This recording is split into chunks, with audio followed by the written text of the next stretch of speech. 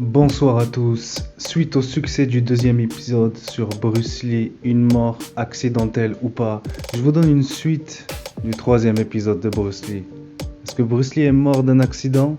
Est-ce qu'il a été assassiné? Est-il mort par inadvertance? Je vous dis ça de suite. À savoir que j'ai étudié la biographie de Bruce Lee depuis le début et je connais absolument toute son historique.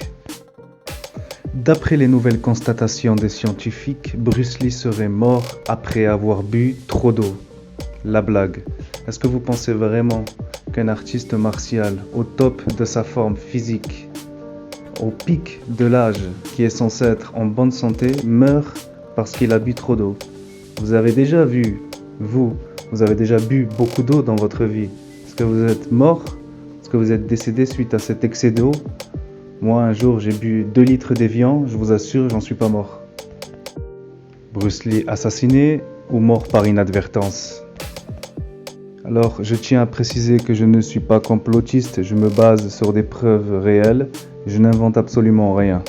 Donc pour moi, mon avis concret, c'est que Bruce Lee a effectivement été assassiné chez sa maîtresse. Et je vais vous donner les tenants et les aboutissants de tout ça.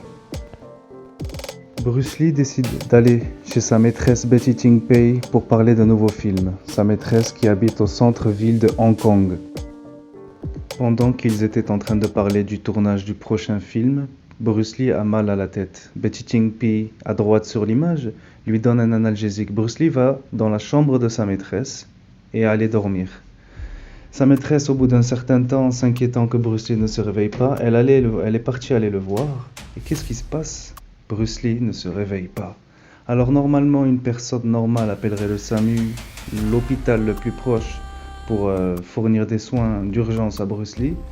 Mais malheureusement, elle décida d'appeler le producteur de Bruce Lee en premier, Raymond Chow. Et Raymond Chow a eu une réaction assez anormale. Il a décidé, au lieu d'appeler lui aussi un hôpital, il a décidé de se rendre à l'appartement de cette maîtresse, perdant un temps crucial. Une fois que Raymond Chow arriva chez sa maîtresse, plutôt chez la maîtresse de Bruce Lee, qu'est-ce qui se passe? Raymond Chow constate que Bruce Lee est inconscient. Et à la place d'appeler SAMU, il appelle un docteur personnel.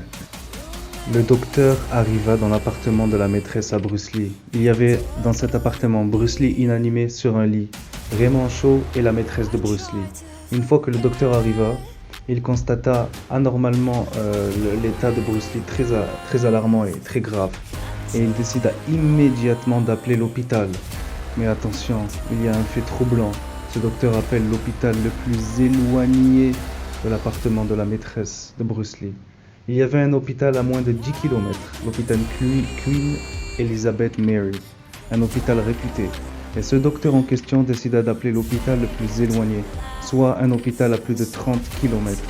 Un choix complètement inexplicable face à l'urgence d'un homme inanimé sur un lit. Pourquoi est-ce qu'un docteur diplômé n'a pas appelé l'hôpital le plus proche, mais celui le plus loin? Pourquoi avoir fait un choix aussi étrange? Suite à l'enquête de Bruce Lee, les enquêteurs ont demandé au docteur personnel pourquoi n'a-t-il pas appelé l'hôpital le plus proche? Et le docteur a répondu: Bruce Lee était certainement mort, ça ne servait plus à rien. Voilà une réponse troublante. On a comme l'impression qu'ils ont essayé de gagner du temps. Entre eux, sa maîtresse qui appelle Raymond Chow qui vient, ensuite il appelle son docteur, ensuite le docteur appelle l'hôpital le plus éloigné. Tant d'indices qui nous laissent à penser qu'ils ont tout simplement essayé de gagner énormément de temps. Et on sait que dans des situations urgentes, le but du jeu c'est justement de ne pas perdre de temps. Et eux ils ont justement perdu du temps. D'ailleurs, jusqu'en 2023, on n'aura jamais l'explication ni la preuve exacte de pourquoi ce docteur a appelé l'hôpital le plus éloigné. On n'aura jamais la certitude de cette décision parce qu'elle est complètement folle. Comment est-ce qu'on peut appeler un hôpital qui est le plus éloigné en état d'urgence alors qu'il y a un hôpital juste à côté? Pourquoi perdre un temps si fou quand une star internationale est en train de mourir et qu'elle pourrait rapporter des centaines de millions de dollars à son producteur, Raymond Chow? En parlant d'argent, Bruce Lee est mort 1 mois après la sortie de Opération Dragon. Ce film a fait rapporter à la production et à la société du tournage du film l'équivalence de 100 millions de dollars. C'est ce que Raymond Shaw a empoché, 100 millions de dollars.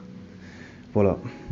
L'artiste est mort 1 mois avant la sortie du film. Le film a rapporté 100 millions de dollars. Une belle affaire, n'est-ce pas?